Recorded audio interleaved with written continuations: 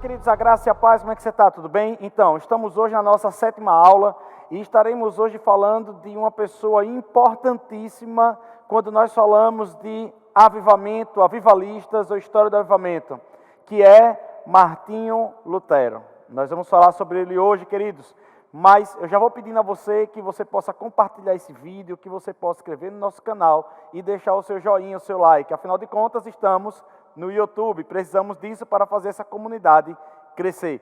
Então, amados, deixa eu falar algo para você. Para falar de Martinho Lutero, muitas pessoas incorrem em um risco, ou em um erro, de já falar dele chegando nele. Como assim, pastor? Veja, Martinho Lutero, ele teve um grande feito, ele foi um propagador, ele foi um manifestador, né?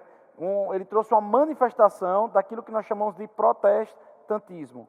Entretanto, existe um arcabouço, existe um colchão por debaixo que fez com que Martinho Lutero tivesse condições para ser o que ele foi. E isso precisa ser remontado ou precisa ser contado para que nós possamos entender como se deu o gatilho chamado Martinho Lutero. Martinho Lutero, ele foi uma caixa, alguns historiadores até comparam ele a uma caixa de ressonância, em que ele ressoou uma voz que já existia.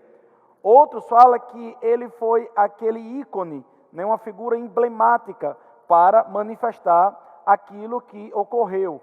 Mas, querido, nós precisamos entender que todos estão de acordo que Martinho Lutero, ele foi um gatilho, ele foi um manifestador do protestantismo, da ideia do protestantismo. Então, vem conosco hoje nessa aula que vai ser poderosa, que vai falar sobre o que aconteceu até chegar Martinho Lutero e o que Martinho Lutero fez naquele tempo.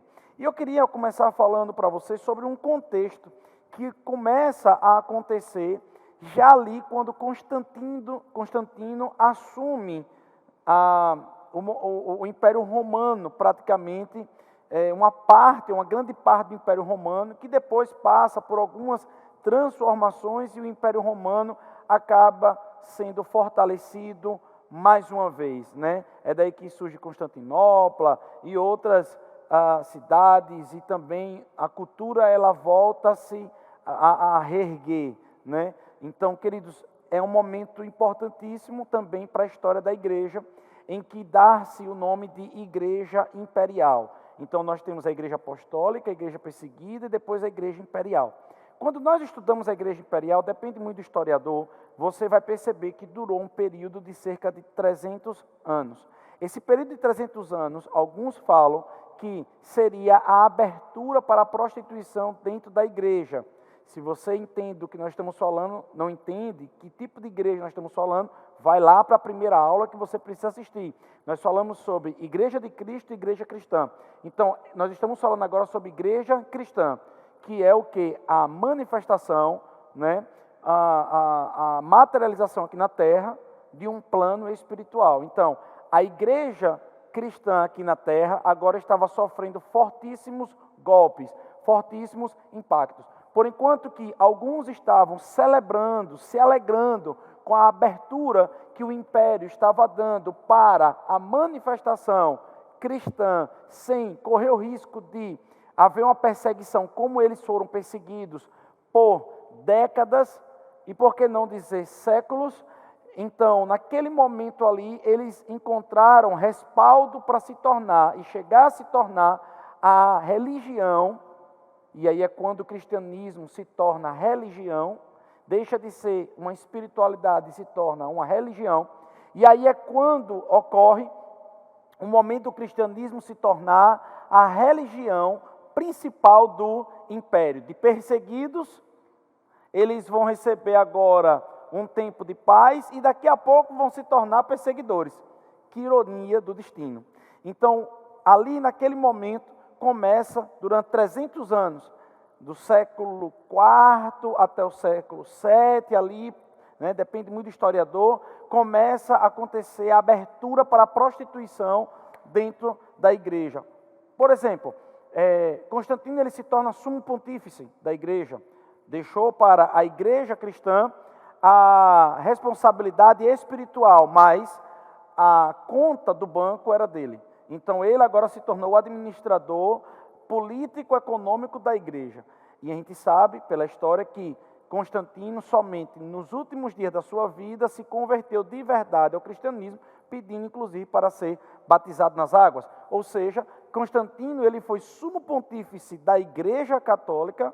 Naquele tempo, lembre-se, antes disso era apenas Igreja Católica, Igreja Universal. Depois ela se torna a Igreja Católica Apostólica Romana, depois de Constantino, tá certo? Então aqui não é uma aula de história da igreja, história dos avivamentos, tá bom? Outro momento a gente pode até falar sobre isso, ou eu também recomendo que você faça o Rema, que lá você vai ter aulas de história da igreja. Mas vamos voltar para cá. Então naquele momento começa a haver uma deturpação do projeto, do plano A de Deus. Lembre-se que avivamento é trazer a vida. Então está nesse momento ocorrendo o quê? Uma morte dentro do arcabouço do plano do projeto de Deus aqui na terra. Tá certo? Então, o que é que ocorre nesse momento? Ocorre que depois que passa o tempo da igreja imperial, 300 anos, agora nós vamos para mais 900 anos de profundas trevas, de profunda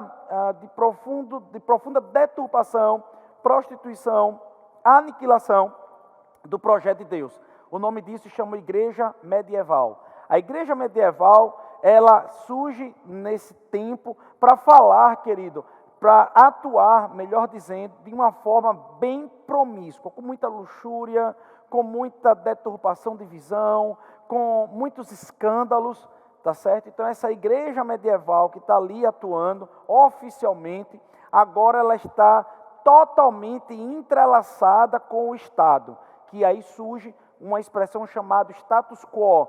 Então o status quo é quando os nobres estão sustentando a estrutura da igreja, a igreja está sustentando a estrutura dos nobres. É muito comum a gente ver em filmes medievais os bispos, né, os arcebispos, eles coroando os reis, eles casando e naquele momento unindo nações por meio de um casamento. Então a gente percebe como a igreja naquele tempo atuava poderosamente junto com a política local, a estrutura política daquele tempo. E também começa a surgir um projeto de, eu estou falando agora de 1.200 anos, se você juntar 300 anos, querido, da igreja imperial, mais 900 anos da igreja medieval, dá-se quase, e a mais até, de dois redescobrimentos do Brasil. O Brasil foi redescoberto há mais de 500 anos, não é isso? Então, você pode entender como descoberto, redescoberto, né? Nunca foi descoberto porque sempre teve gente aqui. Então, você pode pensar da melhor forma que você achar. Mas dá-se cerca de mais de 500 anos, ou pouco mais de 500 anos, a estrutura que aconteceu aqui no Brasil quando nós vemos as caravelas chegando, tá certo? Então, eu quero falar desse momento, as caravelas. Vamos entrar em discussão se antes tiveram ou não visitantes no Brasil, seja lá como for, mas vamos falar agora das caravelas. Então, imagine, do momento que as caravelas chegaram no Brasil, que os portugueses chegaram no Brasil, para agora, a evolução que nós tivemos, a contabilização, né? Começamos a contar o tempo, ou melhor, observar o tempo no Brasil. Então, 1.200 anos, dá-se um tempo que é o dobro disso. Então, se você parar para imaginar o que uma cultura, lembra quando nós no primeiro vídeo falamos que a tradição anula o poder da palavra? Está escrito isso, por favor vai lá na primeira aula. Então, a tradição anula o poder da palavra. Então foram 1.200 anos em que a tradição se sobrepôs à espiritualidade. Quantos de nós já ouvimos que há um erro muito grande que diz que a palavra foi feita para a igreja, né? Existe uma determinada igreja que acredita nisso, em que a palavra foi feita para a igreja. Então, por isso, a igreja seria maior do que a palavra. Uau, que erro teológico, que erro doutrinário, que erro, assim, crasso, chega a ser uma grande heresia. Porque a palavra é o próprio Jesus. A palavra, sua manifestação, é o noivo. E a palavra, a Bíblia diz que ela é que julga as profecias. É ela que julga o comportamento, sim, da igreja. É a palavra que julga. As cartas de Paulo, por exemplo, são cartas endereçadas pelo Espírito para julgar o comportamento da igreja. Então imagine que agora, durante 900 anos, a tradição ela é maior e se torna maior do que a própria palavra. Então o que acontece durante esses 1200 anos? O que acontece é que durante esses anos, coisas aconteceram. Se você abrir o seu livro de história secular, também os livros de história da igreja teológicos, você vai ver uma expressão dos historiadores rindo um pouco, e até brincando um pouco, ironizando um pouco, dizendo o seguinte: olha, vendeu-se tantos objetos para salvar pessoas do purgatório naquele tempo, e tudo era purgatório. O purgatório foi uma doutrina que surgiu, daqui a pouco eu vou falar um pouquinho dela, só segura um pouquinho aí. O purgatório foi uma doutrina que surgiu, que se tornou a galinha dos ovos de ouro daquela igreja. Então havia duas fontes de renda para essa igreja. Uma vinha do Estado e a outra vinha da doutrina do purgatório.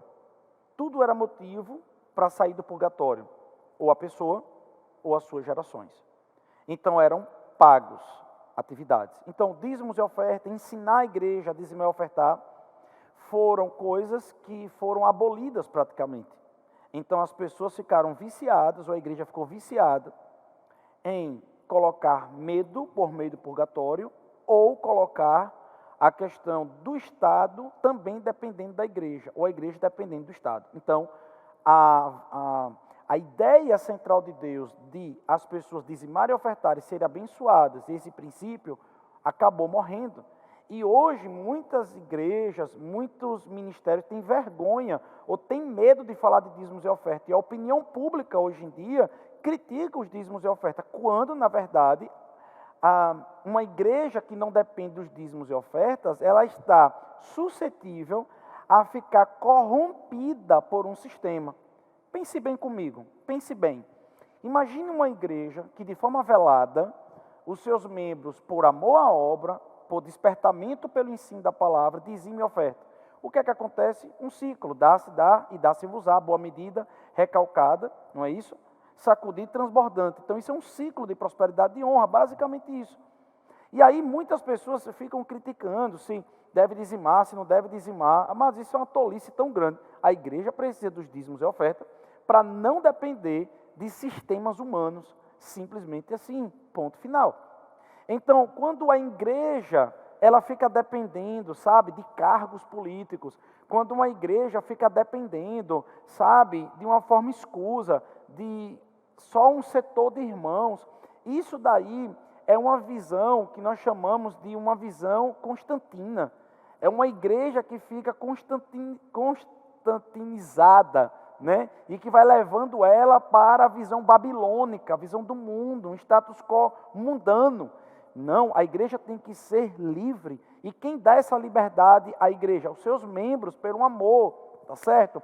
Então eu preciso que você compreenda isso, porque é sobre isso que nós estamos tratando aqui nesse momento. E a igreja, e aí o que eu estava falando, voltando agora à história com os historiadores, senão minha mente vai longe, então vamos para cá. Então os historiadores, ele diz o seguinte: olha, nesse tempo, foi um tempo em que a igreja ultrapassou todos os seus limites. A igreja ultrapassou todos os seus limites. Então ele diz o seguinte, que se pudesse juntar todos os pedaços de madeira que as pessoas venderam, dizendo que era da cruz de Cristo, dava para construir a Arca de Noé ou um Titanic. Se juntasse todas as penas que disseram que foi da descida do Espírito Santo, e que o Espírito Santo tornou uma pomba em forma corpórea, o Espírito Santo se tornou, daria para construir um Concorde.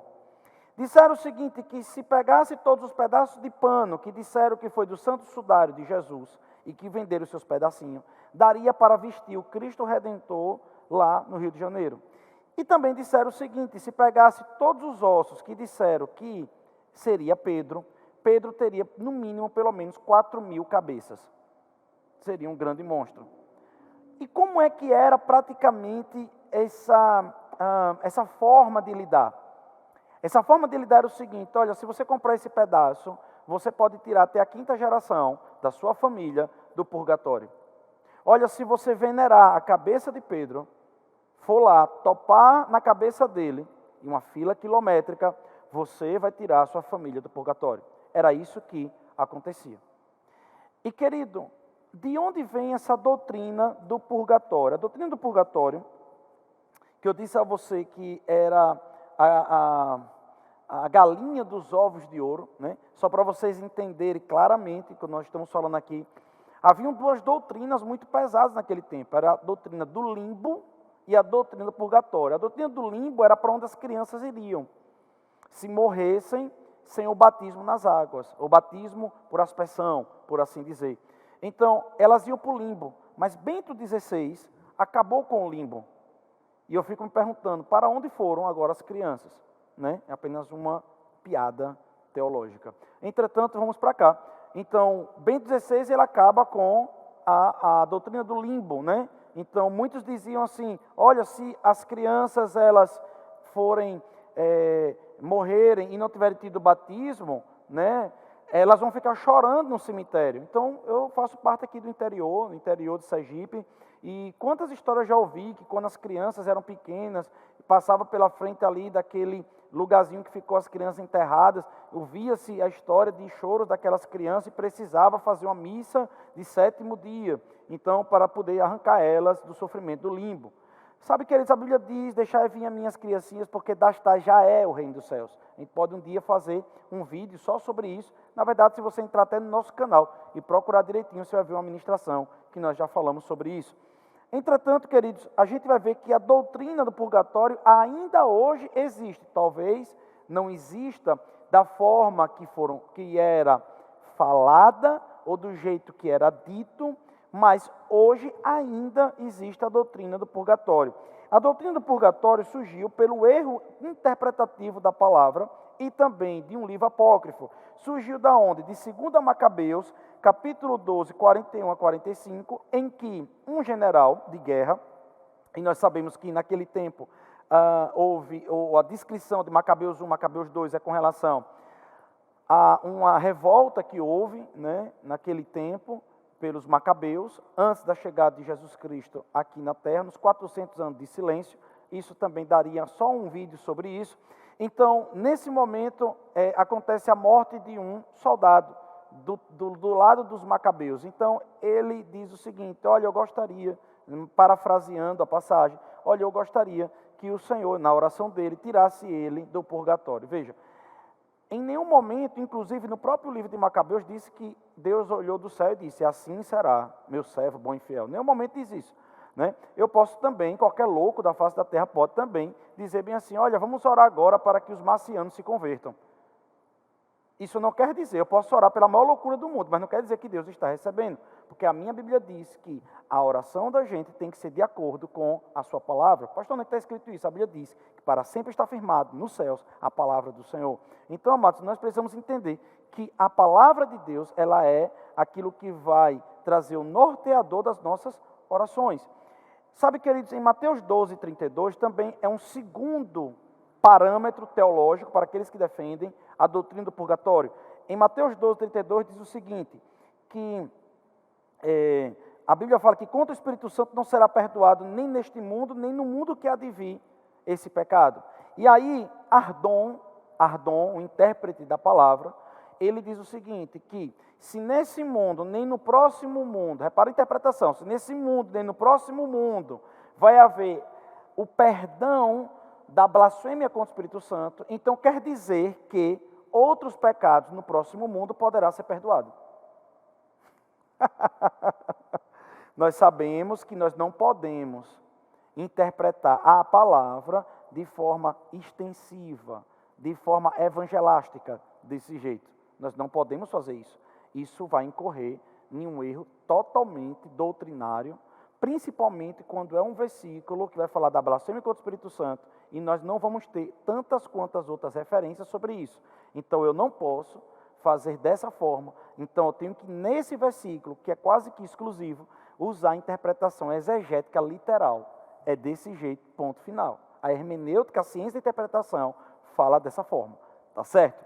E aí, o próximo e aí nós sabemos que não tem nada a ver, o contexto, inclusive, do que Jesus está falando sobre isso aqui, é atribuir, o contexto é sobre isso, é agora interpretação contextualizada ou sistemática, né? Então ele está falando sobre o que ali? Ele está dizendo o seguinte, olha, se você ficar atribuindo as coisas que é do Espírito para Satanás, Beelzebul, como foi falado ali, sabe, isso daí é uma blasfêmia contra o Espírito Santo, é disso que ele está falando. Ou outros interpretam também a questão de que quando você rejeita o trabalhar do Espírito Santo, você está rejeitando, então ali seria uma blasfêmia.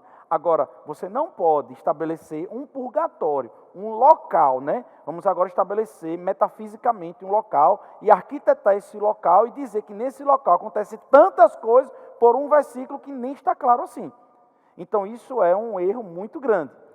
Então, em 1 Coríntios capítulo 3, versículo 13 e o 15, eu estou lhe dando as referências de onde foi que tiraram a doutrina do purgatório, rebatendo cada argumento, e depois eu vou falar da forma brilhante que Martim Lutero trabalhou, e você vai entender isso daqui a pouco. 1 Coríntios capítulo 3, do versículo 13 e versículo 15, diz o seguinte, que haverá um julgamento, que esse julgamento será um julgamento de fogo.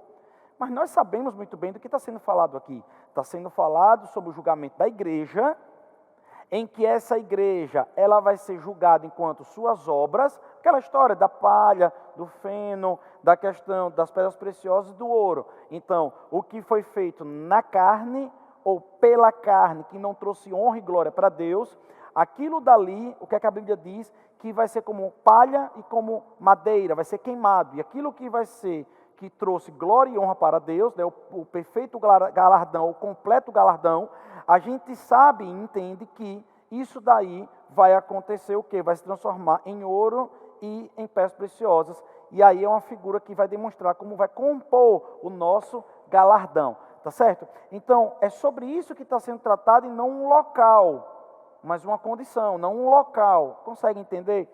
Então, é sobre isso que está falando o contexto. Então, nenhum momento aqui nós temos de verdade, base, a não ser um grande estupro da palavra, para que possa, de fato, ser construído um local em que as pessoas vão ficar em um fogo refinador, sofrendo um tormento para entrar no céu, como se fosse uma antessala do céu pelo sofrimento. Aí eu estou aqui gastando esse tempo todinho para falar com você sobre isso. E aí o que é que Lutero fala? Lutero diz o seguinte, repare a onda aqui, olha como Lutero foi guiado pelo Espírito. E aí já vamos começar a falar um pouquinho de Lutero. Para tanto, precisava entender cada expressão do que ele falou.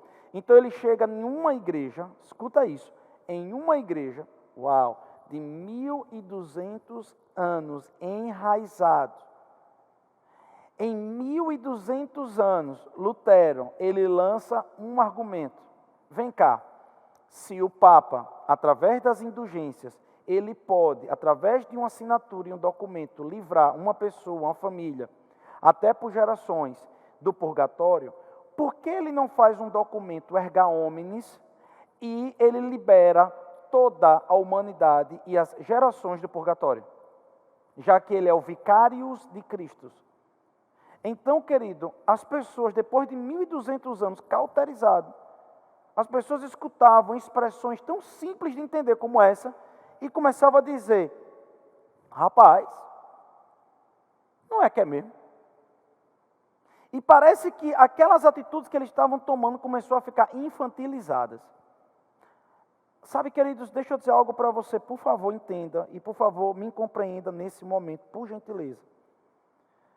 Por gentileza, por favor, compreenda. Quando nós estamos ministrando sobre isso, eu tenho muito respeito por todos os irmãos. E você pode perceber nas minhas palavras o respeito que eu tenho. Sim, procurando evitar ao máximo citar nomes, em nomes de igrejas ou coisa desse tipo. Inclusive, na primeira aula, eu falei sobre que a igreja cristã tem seus problemas na identificação, significação aqui na terra. Então, os nossos irmãos, aqueles que se converteram verdadeiramente, genuinamente, dentro da igreja católica, eles vão para o céu. E aqueles que estão na igreja protestante, que pode até frequentar milhares de vezes um culto, mas não se salvou, na verdade não encontrou o verdadeiro caminho da salvação, por meio da justiça de Cristo, por meio da obra redentora do Cordeiro de Deus, entende isso? Esses não vão para o céu. Então não é uma questão de placa, irmão. Não é uma questão de placa. Lembra-se do fator de Paulo, em que Jesus alcançou Paulo indo para o caminho de Damasco? Lembra disso? Que naquele caminho foi o próprio Jesus que evangelizou a Paulo? Sabe, irmãos, quem me diz e quem lhe garante que Jesus não está fazendo isso dentro do islamismo, dentro do espiritismo, dentro inclusive dentro do catolicismo, dentro de tantas quantas outros lugares? Pastor, então o senhor está me dizendo que tem, como é que eu poderia dizer assim, o islamismo ele está caminhando para um lugar certo? Eu não estou falando nada disso. Você não está me ouvindo isso. Eu estou dizendo que Jesus ele está hoje trabalhando do mesmo jeito que trabalhou no tempo de Jerusalém antigo, em que naquele tempo Paulo foi encontrado no caminho de Damasco. Então, em nenhum momento aqui é uma ministração ou algo para julgar qualquer pessoa. Entretanto, querido, nós precisamos sim tocar em assuntos como nós vamos tocar daqui para frente, até em igrejas protestantizadas.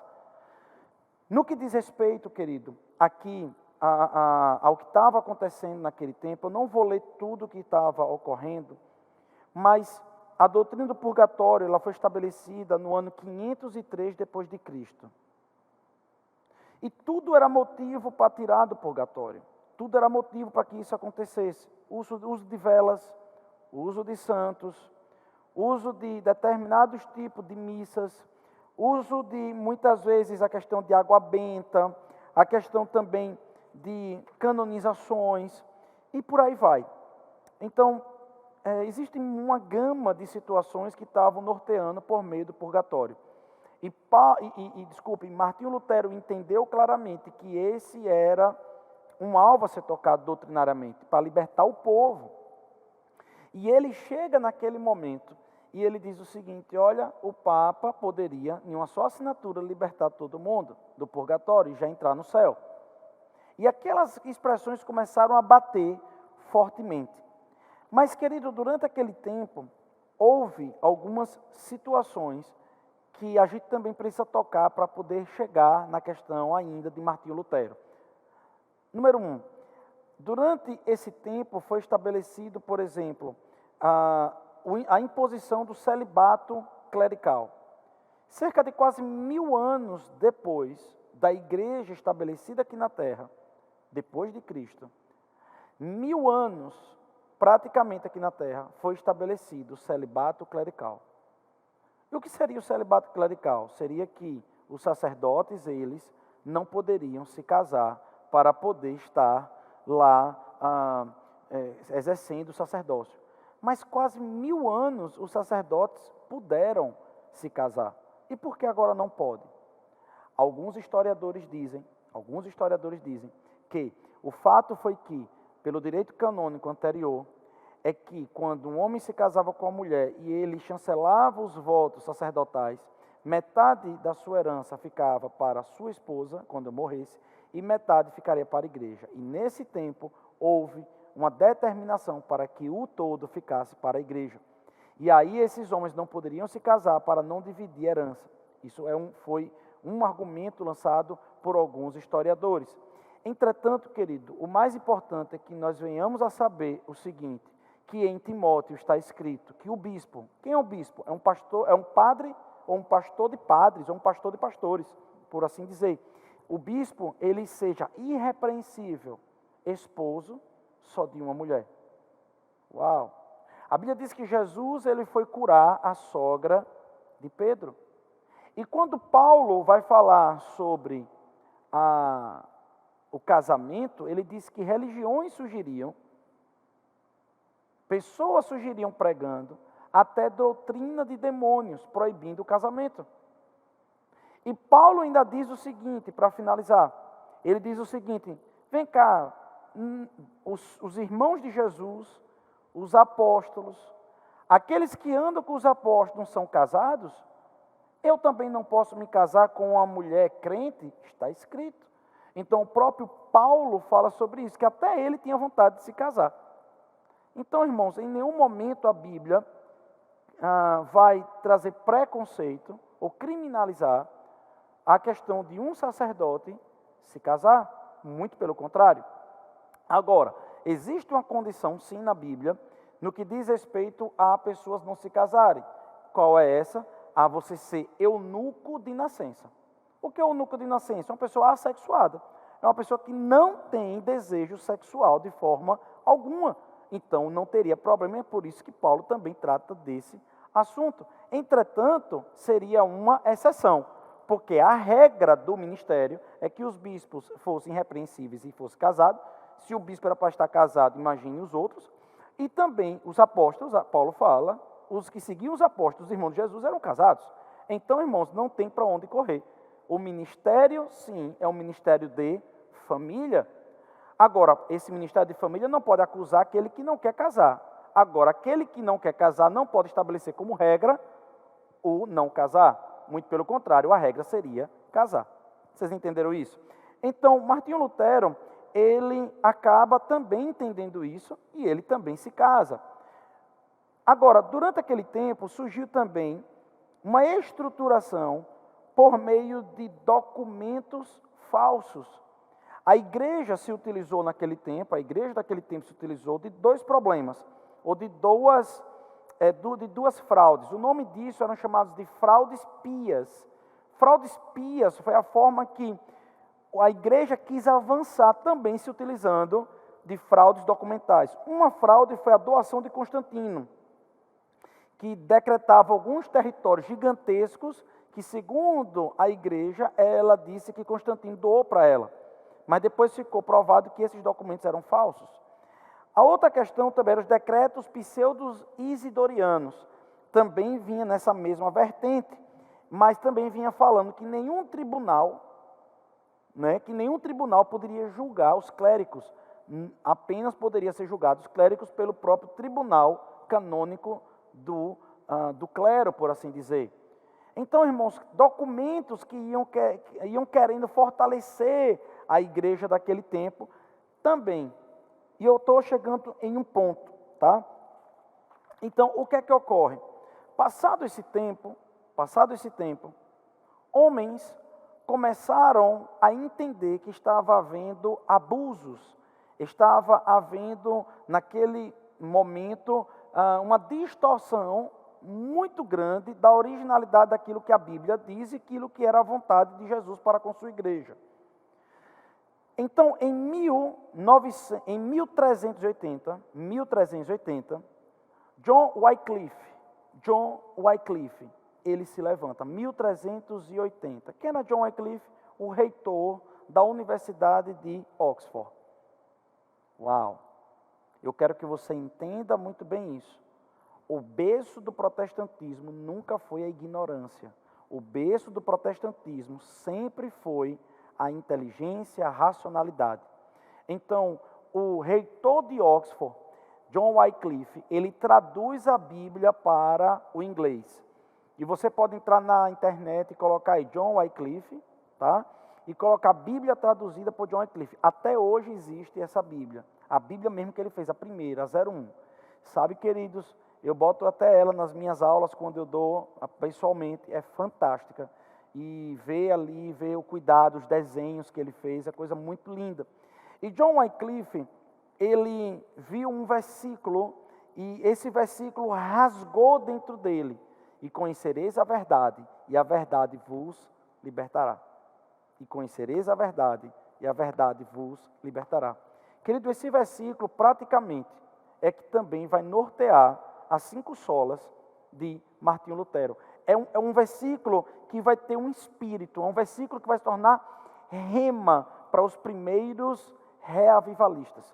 Esse versículo, ele traz uma vida dentro dele, que começa a ser falada por John Wycliffe, em 1380. A igreja tenta perseguir John Wycliffe, a igreja tenta matar John Wycliffe, mas John Wycliffe, ele não vai ser pego, e muito pelo contrário, ele consegue produzir muito material, escrever muito material, fazer muito material acontecer.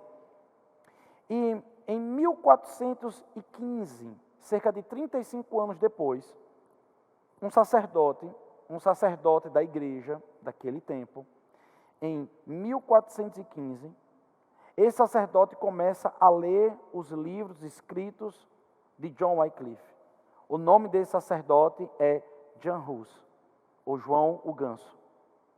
E Jan Hus, ele, na região de Praga, ele começa a ler a Bíblia. Só para vocês entenderem, nesse tempo era proibido ler a Bíblia no idioma local. A Bíblia, ela assumiu uma tradução chamada Vulgata Latina. Vulgata Latina. A igreja assume o latim como a sua língua espiritual, a sua língua de comunicação, e a Bíblia agora é traduzida para a Vulgata Latina. E essa Vulgata Latina era a linguagem oficial, inclusive, das missas. Então, as missas tinham que ser em latim, tá certo? E a Bíblia tinha que ser lida em latim. Não podia, era proibido ter Bíblia escrita na sua própria língua, ok? Então, nesse momento, na região de Praga, o seu clérigo principal, tá certo? O seu sacerdote principal era Jan Hus, um sacerdote, o João Ganso. E esse homem, ele começa a ler os escritos de John Wycliffe. E ele começa também agora, mediante a leitura da palavra, ele começa a escrever também, e escrever muitos livros.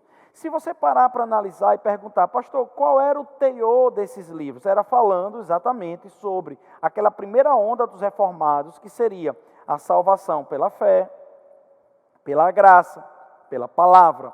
Estava tratando exatamente sobre salvação, o caminho da salvação, a redenção, o sacrifício de Cristo, tá bom? Então, ele começa a trabalhar nesse tempo sobre esses temas e começa a ministrar nas missas esse tema. E aí ele pede naquele tempo, ao seu sacerdote principal do estado ali, por assim dizer, né, o arcebispo naquele local, uma conversa com ele, uma conversa para que pudesse mostrar aquilo que ele estava estudando. E aquele homem, aquela autoridade da igreja não aceitou recebê-lo. Com o tempo, eles começaram a ouvir sobre a adesão que as pessoas estavam tendo com a sua igreja local. E naquele momento, aqueles ensinos começam a ter uma grande repercussão.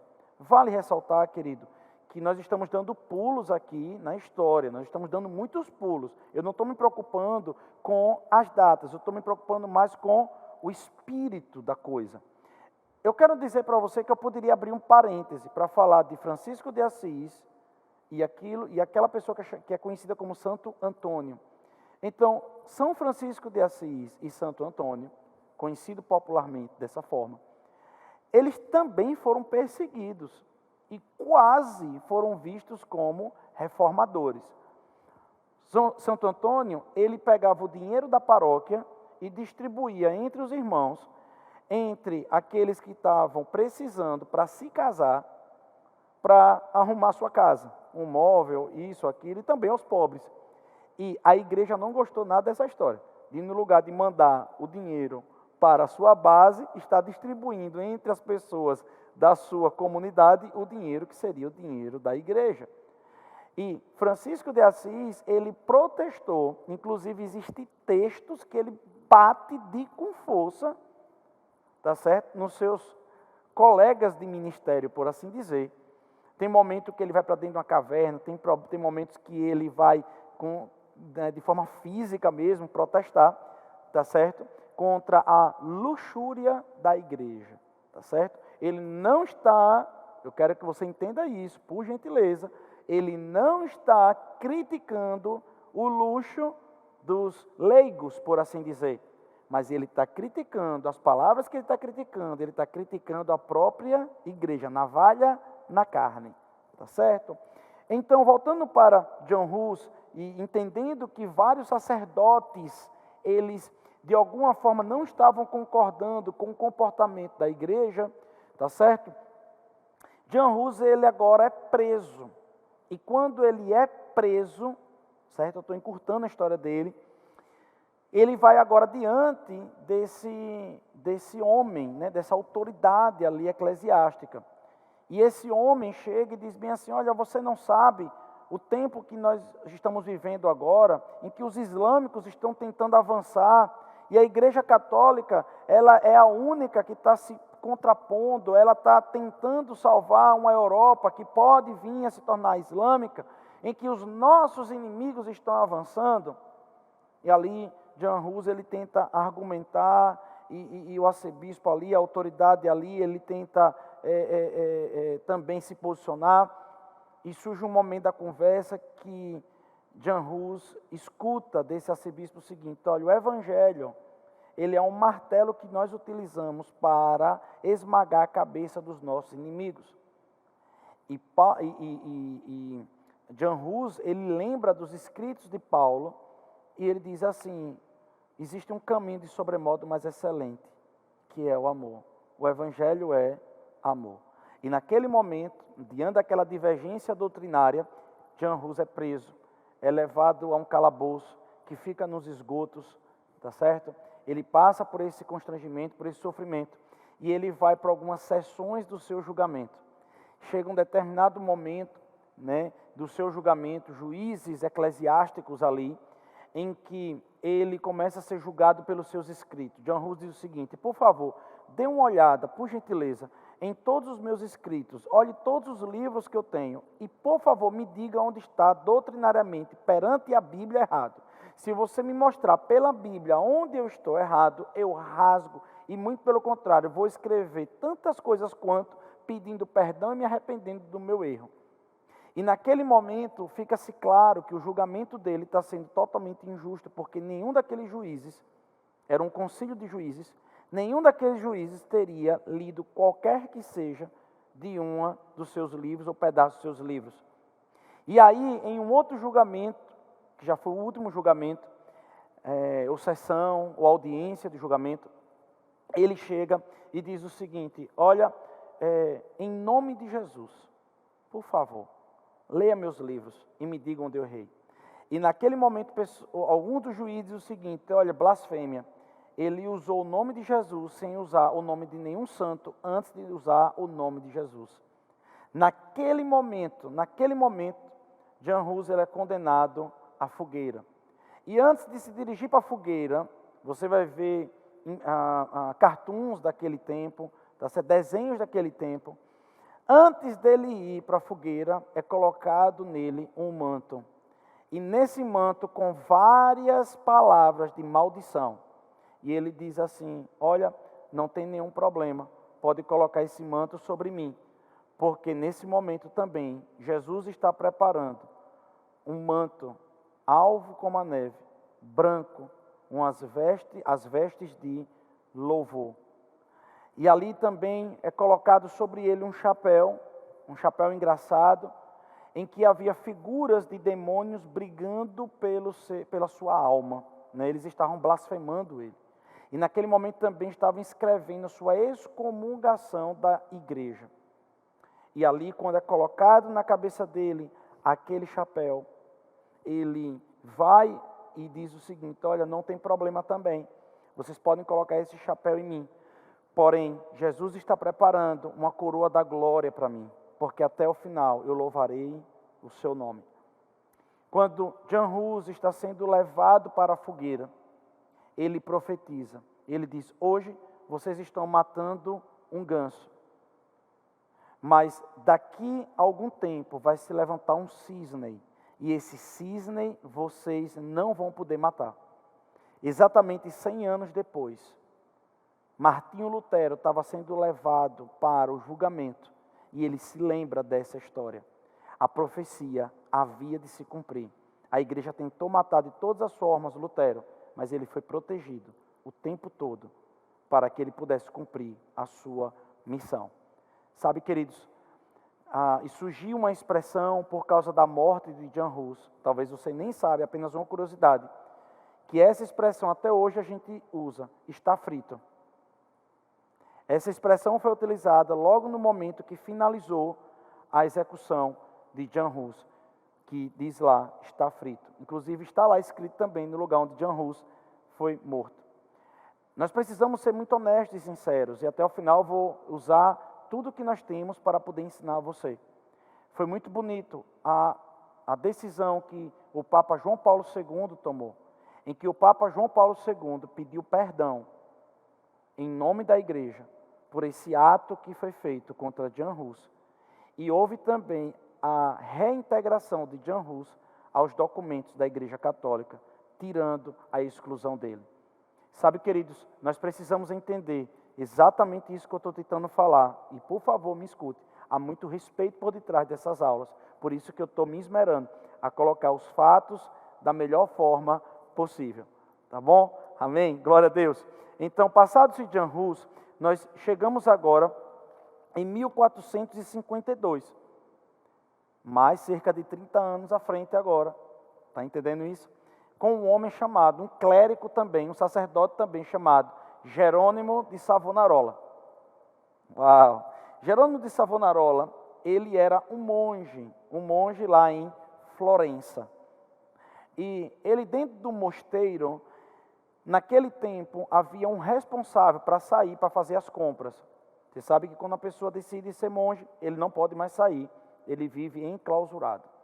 E ali o monge Jerônimo de Savonarola, naquele tempo, houve que aquela pessoa que era o responsável para sair, não pôde mais assim o fazer. E aí escolhido foi para poder sair em Florença. Passava-se alguns anos antes, do tempo que ele antes havia saído, ou chegado, melhor falando, e ali depois desse tempo, ele agora se deparou com uma Florença totalmente prostituída, pernóstica, encharcada de pecado, encharcada de prostituição.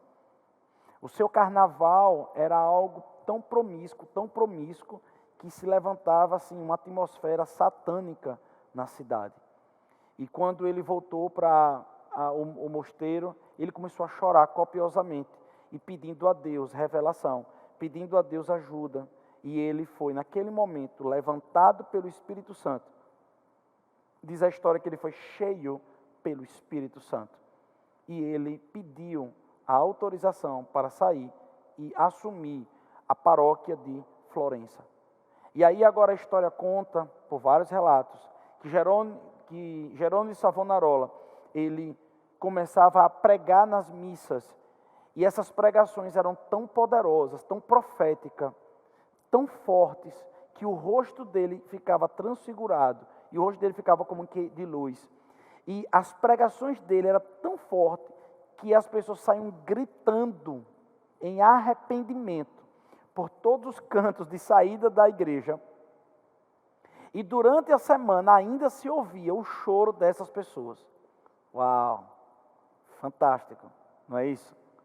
Então, ele começou a ter esse tipo de manifestações. Às vezes ficava o rosto dele transfigurado por horas. As pessoas às vezes caía debaixo do poder, debaixo da atuação do Espírito Santo, ali durante aquelas missas. E, mais uma vez, as autoridades eclesiásticas não gostou nada daquilo e começou a coibir. E começou também a imputar nele que ele parasse com isso. E sabe o que é que aconteceu? Nas suas últimas pregações, ele começou a falar sobre santificação daquela cidade. Em uma noite, antes do carnaval, as pessoas de Florença, todinha, trouxeram seus livros românticos pornográficos, trouxeram as máscaras de carnaval e simplesmente começaram a jogar em praça pública. E as pessoas começaram a chorar e se arrepender. E houve uma fogueira de muitos metros de altura. E ali houve, de fato, uma declaração de santificação daquela cidade. Sabe, querido, deixa eu falar um pouquinho agora sobre avivamento, não é isso? Um verdadeiro avivamento vai trazer um impacto na vida das pessoas e também vai trazer um impacto na vida também de uma cidade, de um local. E nós precisamos entender o nosso papel nesse tempo. Então, que Deus abençoe o seu ministério, o seu chamado, que você saiba que você está aqui de fato na terra para impactar, que você possa saber que você não pode passar por esse tempo, sabe, sem talvez você pensar assim, meu Deus, o que é que eu estou fazendo? Não, sabe, ora ao Senhor, eu oriento você a buscar o Senhor. Senhor, qual é o meu propósito? Qual é a minha identidade espiritual? O que é que eu fui chamado? O que eu tenho que fazer? E eu sei que você vai ser fortemente usado pelo Senhor. Sabe, eu queria chegar e dizer que a reta final dele foi uma reta final que ele foi preso pela igreja e ele também foi queimado. E antes de ser queimado, ele profetizou. Ele disse o seguinte: daqui a algum tempo, o príncipe, o rei vai morrer, o governador de Florença vai morrer e também o Papa vai morrer. Em menos de um ano, os três morreram. E isso mostra um sinal profético que havia nele. Não porque ele amaldiçoou e haveria naquele momento, mas houve palavra de sabedoria. Ele teve interpretação do futuro, do que haveria de acontecer. Isso mostra que ele era um homem que era cheio pelo Espírito Santo. Sabe, queridos, e agora sim, nós chegamos ao tempo de Martinho Lutero. E nós precisamos entender esse tempo, essa conjectura aqui. E em 1517, começa ali a Reforma Protestante, com as 95 teses de Lutero apregadas na catedral. Então, quando ele vai afixar as 95 teses ali na catedral, naquele momento ele se utiliza de uma pesquisa, de uma vida, de uma interpretação, que essa revelação, quando caiu dentro dele, essa revelação fez com que ele lutasse contra ela. Deixa eu explicar melhor para você. Quando Lutero estava dentro da igreja, ele simplesmente era um servo altamente fiel, que sempre amou a igreja.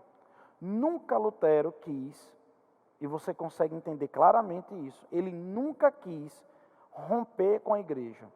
Ele nunca quis fragmentar a igreja, nunca ele quis isso. Não era propósito dele. Não era propósito de Lutero iniciar um novo tipo de visão cristã, de uma denominação, de uma divisão da própria igreja que ele estava. Não era esse desejo, muito pelo contrário, ele queria provocar uma reflexão interna da igreja. O propósito dele era que a igreja pudesse perceber os seus exageros e que pudesse modificar. Entende isso? E quando ele percebe claramente que a igreja não estava ouvindo ele, ele apela para o Papa com as 95 teses. Entenda, as 95 teses ainda não é um rompimento, por favor. As pessoas precisam falar da forma correta. Ele não estava nas 95 teses rompendo com a igreja, não estava. Você vai ver a prova disso na 91ª tese. Na 91ª tese, ele diz: se, portanto, tudo que eu estou escrevendo aqui fosse de encontro com o Espírito Santo e com o Papa, eu não estaria e não teria escrito nenhuma dessas teses. O que é que ele está querendo dizer? Ele está querendo dizer que ele tinha certeza, clara, convicção, de que Roma, de que o Vaticano, de que o Papa não estava sendo conivente com tudo que estava acontecendo de exagero naquele tempo. Então, Lutero, ele diz o seguinte: olha, eu tenho certeza que quando essas 95 teses cair lá, na mão do Papa, o Papa vai tomar uma providência contra todos esses exageros que estão acontecendo. Entende isso? Está lá na 91ª tese isso. Ele não queria romper. E ele acreditava piamente que o Papa não sabia daquilo. Então ele vai para Roma. Quando ele chega em Roma, ele vê de verdade um prostíbulo a céu aberto. Ele vê ali, sabe, infelizmente, o que nós estudamos sobre as papisas. Ele vê ali bordéis recebendo sacerdotes. Ele vê ali, naquele local, indulgência saindo pelo ladrão, por tudo que é canto. Então, simplesmente ele diz, olha, infelizmente, eu estou percebendo que até aqui há corrupção. E ele desiste de avançar. E depois de longas noites, ele batalhando da decisão que ele tinha que tomar, porque ele sabia que era uma decisão de vida e morte, e também ele sabia que todos que antes tentaram se levantar contra, morreram, foram mortos, foram assassinados. Ele sabia que se fizesse isso, ele morreria. Então ele não tinha vantagem, ele não tinha lucro em nada disso. Muito pelo contrário, ele sofreu muito, porque também ele não queria se desassociar da igreja. Porém, querido, mais uma vez, todavia, entretanto, ele chega e ele, depois de lutas espirituais mesmo, né? Batalhas espirituais internas com ele ali, ele decide sim tomar uma decisão e tomar uma providência. E aí é quando ele acaba sim estabelecendo o protestantismo, por assim dizer. Mas nesse caso eu queria também conversar um pouquinho com você, tá certo? Lutero, quando ele propagou a ideia do protestantismo, escute isso, já havia cerca de 30 mil grupos de estudo da palavra por toda a Europa. Uau! Vamos entender de novo. Precisamos lembrar que John Wycliffe, cerca de 130 anos antes, ele já havia escrito muita coisa, depois John Huss, depois Jerônimo Savonarola. Então, homens como esse, tanto quanto os outros, tá certo? Não dá tempo de falar de todos aqui. Mas tanto quanto os outros já estavam propagando essa liberdade espiritual, essa liberdade do conhecimento da palavra, essa liberdade do fluir do Espírito Santo, sem a estrutura da instituição ali dominante. Então, querido, o que é que acontece? Quando Martinho Lutero é levantado por Deus, já haviam cerca de 30 mil grupos de estudo da palavra em toda a Europa. Sendo assim, querido, eu preciso que você entenda que Martinho Lutero foi um gatilho de legalização, um gatilho que trouxe legalização ao protestantismo. Quando Martinho Lutero falou, quando Martinho Lutero propagou, naquele momento, foi o momento que também deu voz a esses 30 mil grupos que estavam já espalhados. É por isso que você vai ver que houve uma velocidade muito grande. É por isso que você vai ver que houve uma intercomunicação muito grande. É por isso que você vai ver que ali tinha um grupo, lá tinha outro grupo, aí no outro país já tinha outro grupo. Então aconteceu também por conta disso. E eu queria dar um aspecto poderoso, para daqui a pouco fazer uma conclusão sobre esse tipo de avivamento, esse primeiro avivamento, e um avivamento que nós precisamos estar ligados, tá certo? É que Martinho Lutero utilizou demais a tecnologia de Gutenberg, que havia praticamente inaugurado, que foi a prensa. Tu imagina quanto era uma prensa? Pois Martinho Lutero utilizou demais a prensa de Gutenberg. Ali foi um evento revolucionário, porque agora não precisava mais escrever, por meio de pressão no papel e chapas de ferro e tinta, poderia agora fazer centenas, milhares, por que não dizer, de impressões no papel. Sabe, queridos, naquele momento, Martinho Lutero ele teve a certeza de poder tanto traduzir a Bíblia, como também multiplicar a Bíblia. A Bíblia naquele momento, antes da revolução da imprensa, como nós falamos, uma Bíblia custava 1 ano de salário, em média, porque dava muito trabalho escrever toda à mão. Agora não. Agora, querido, com Gutenberg e a imprensa livre ali, acontece que uma Bíblia caiu muito o seu custo, e Lutero usou muito isso na tradução que ele fez da Bíblia. Então, queridos, a gente vai ver que quando Lutero ele escreve a Bíblia, o maior sonho de Lutero era que as pessoas pudessem ler a Bíblia. Porém, ele estava lidando com também comunidades, nações que eram analfabetos. Uau! Queridos, naquele tempo, até então, praticamente, até mesmo a educação, as escolas, não havia escola pública, tá certo? Por favor, escuta isso. Não havia escola pública, Então, até aquele momento, praticamente as escolas eram escolas vinculadas àquela igreja.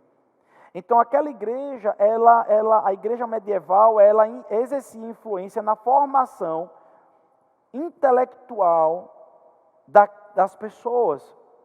As melhores escolas eram dessa igreja. E aí Lutero começa a lutar para que haja uma democratização do conhecimento, uma universalização, que é o termo que é utilizado. Sendo assim, ele vai até Genebra, e lá em Genebra ele se encontra com Calvino. A ideia vai até Genebra, encontra-se Calvino, na Academia de Genebra, e começa a ganhar força essas ideias de ter um ensino público, que o Estado possa oferecer esse ensino público. E aí há uma revolução, porque Lutero ele começa a escrever também como seria a engenharia desse ensino público, é chamado de universalização do ensino, que seria pela evolução do conhecimento, sem nenhum tipo de interferência da igreja daquele tempo, a igreja medieval, ou seja, seria uma liberdade do conhecimento empírico-científico e a democratização do conhecimento, e também a valorização dos professores. Olha que coisa linda, Lutero foi o primeiro a trazer a ideia de valorização dos professores. Uau, aleluia!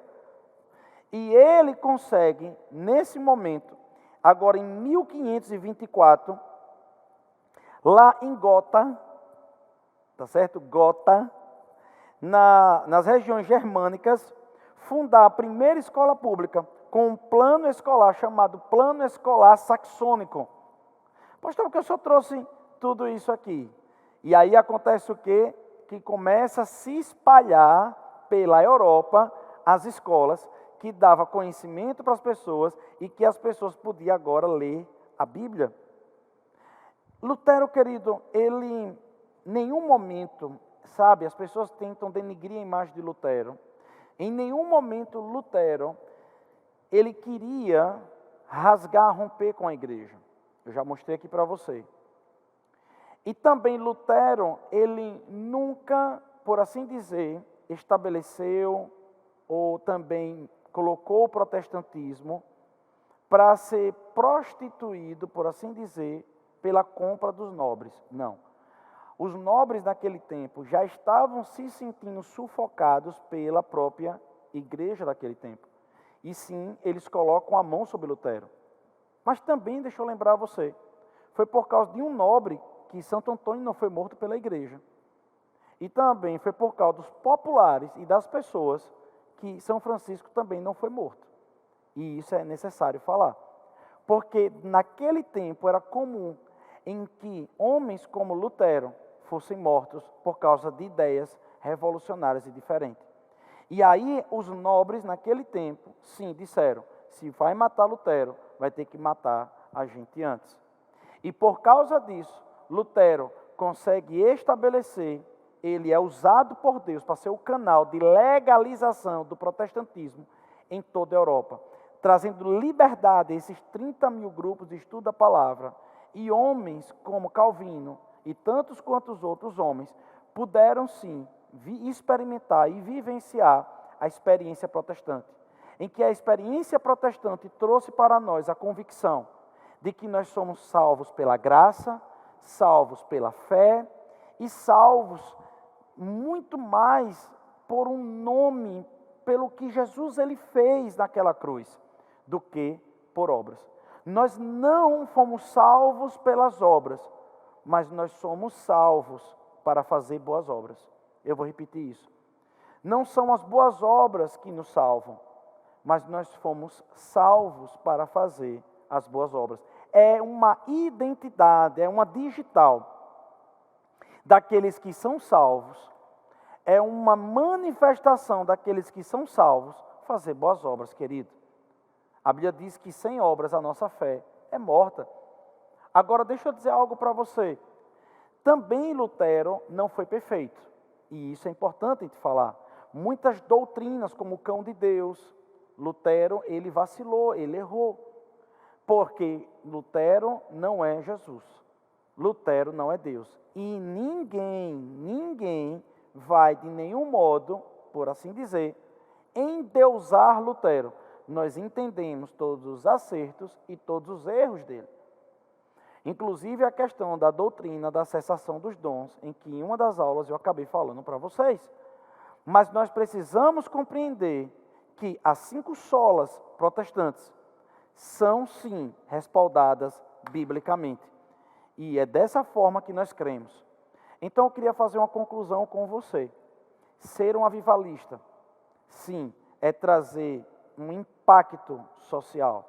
Ser um avivalista, sim, é não só pensar na sua igreja local, mas no que a sua igreja local tem para oferecer para uma sociedade. Ser um avivalista é, sim, pensar de uma forma cosmológica.